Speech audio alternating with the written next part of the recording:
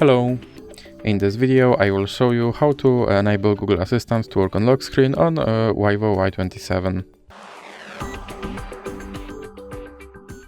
So you have to start by opening your Google application and then click on your avatar and now go to settings. Then click on Google Assistant and click on voice match. Now click here to enable your Hey Google. Now click on more and I agree. Then click on more and I agree again.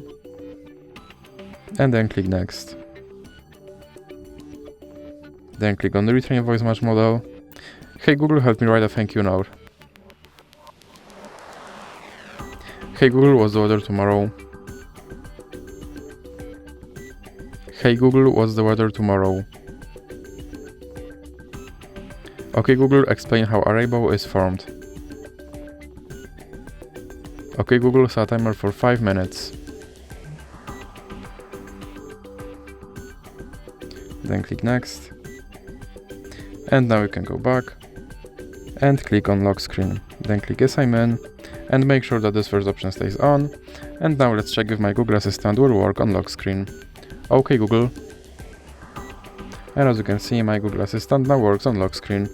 So that's it for this video. If you liked it, please remember to leave a like and subscribe.